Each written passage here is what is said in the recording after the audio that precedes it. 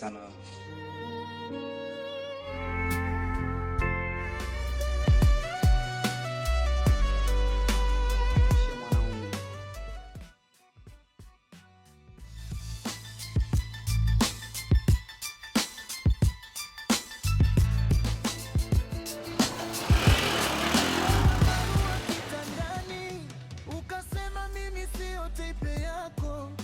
Machozi yananitoka, kwa nini umevunja ahadi zetu, ukaniacha na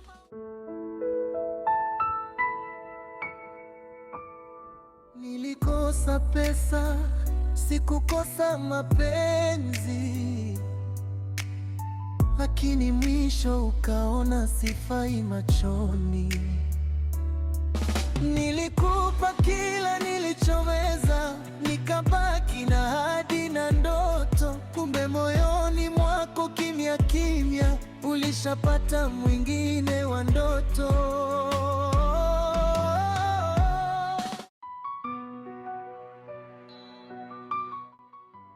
Halo.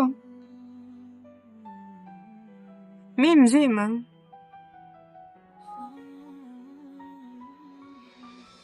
Kaka, ulisema nikutafute? Ndiyo, mi nipo tayari. Mume wangu amesafiri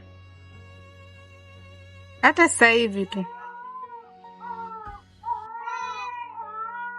Aya, sawa, nitakuja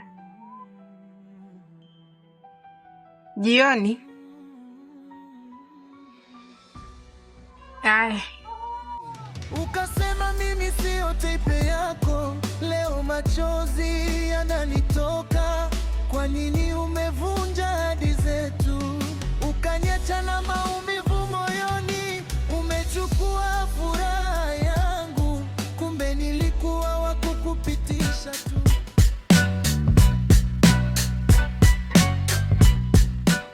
Linda, karibu Linda, karibu sana Linda. Mungu anajua, Mungu anatambua namna gani ya kuyakatakata maumbo. Linda, wewe ni mwanamke mzuri sana. Ni mwanamke ambaye katika maisha yangu sitarajia kwamba nitakutana naye. Tafadhali, naomba unywe soda kwa ajili yangu. Naomba Linda. Niheshimishe mwanaume.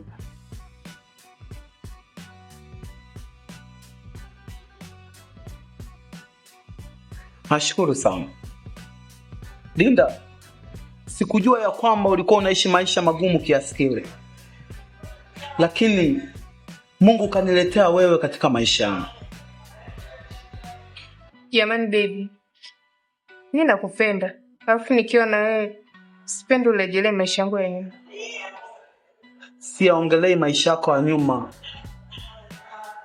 kwa makusudi, na yaongelea kwa sababu nataka nikutengenezee dunia mpya Linda.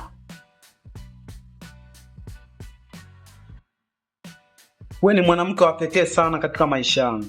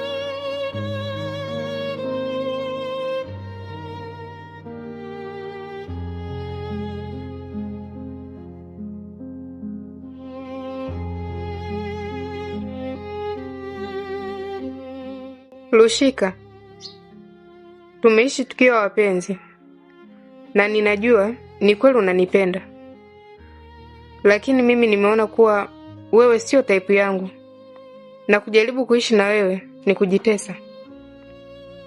Naandika barua hii kukujulisha kuwa nimeshapata mwanaume wa ndoto yangu na nimeondoka nikiwa na akili timamu. Tafadhali, naomba uwe mwelewa na usinitafute. Kwa heri. Ukanyakia barua kitandani, ukasema mimi sio type yako. Leo machozi yananitoka, kwa nini umevunja ahadi zetu? Ukaniacha na maumivu moyoni, umechukua furaha yangu. Kumbe nilikuwa wa kukupitisha tu kwa mwanaume